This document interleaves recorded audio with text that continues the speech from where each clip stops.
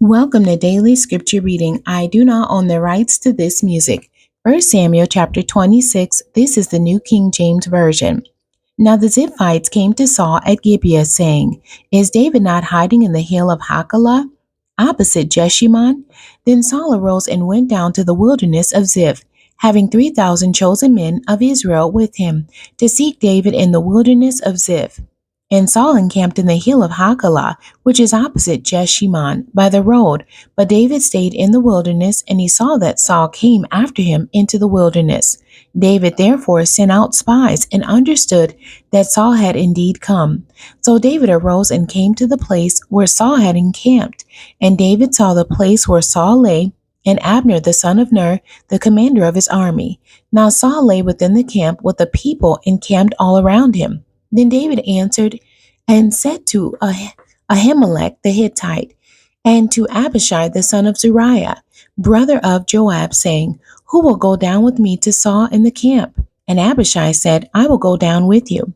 So David and Abishai came to the people by night, and there Saul lay sleeping within the camp with his spear stuck in the ground by his head, and Abner and the people lay all around him. Then Abishai said to David, God has delivered your enemy into your hand this day. Now therefore, please let me strike him at once with the spear, right to the earth, and I will not have to strike him a second time. But David said to Abishai, Do not destroy him, for who can stretch out his hand against the Lord's anointed and be guiltless? David said furthermore,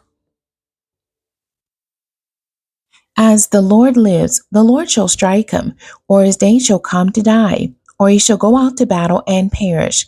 The Lord forbid that I should stretch out my hand against the Lord's anointed. But please take now the spear and the jug of water that are by his head, and let us go. So David took the spear and the jug of water by Saul's head. And they got away, and no man saw or knew it or awoke, for they were all asleep, because a deep sleep from the Lord had fallen on them. Now David went over to the other side and stood on the top of a hill afar off, a great distance being between them. And David called out to the people and to Abner, the son of Ner, saying, Do you not answer, Abner? Then Abner answered and said, Who are you? Calling out to the king. So David said to Abner, Are you not a man? And who is like you in Israel? Why then have you not guarded your lord the king? For one of the people came in to destroy your lord the king. This thing that you have done is not good. As the Lord lives, you deserve to die, because you have not guarded your master, the Lord's anointed. And now see where the king's spear is, and the jug of water that was by his head. Then Saul knew David's voice and said, Is that your voice, my son David? David said, It is my voice, my lord, O king. And he said, Why does my lord thus pursue his servant? For what have I done, or what evil is in my hand? Now therefore, please, let my lord the king hear the words of his servant. If the Lord has stirred you up against me, let him accept an offering. But if it is the children of men, may they be cursed before the Lord. For they have driven me out this day from sharing in the inheritance of the Lord, saying, Go serve other gods. So now do not let my blood fall to the earth before the face of the Lord. For the king of Israel has come out to seek a flea, as when one hunts a partridge in the mountains. Then Saul said, I have sinned. Return my son David, for I will harm you no more, because my life was precious in your eyes this day.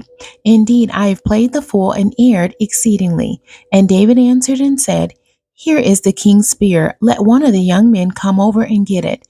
May the Lord repay every man for his righteousness and his faithfulness.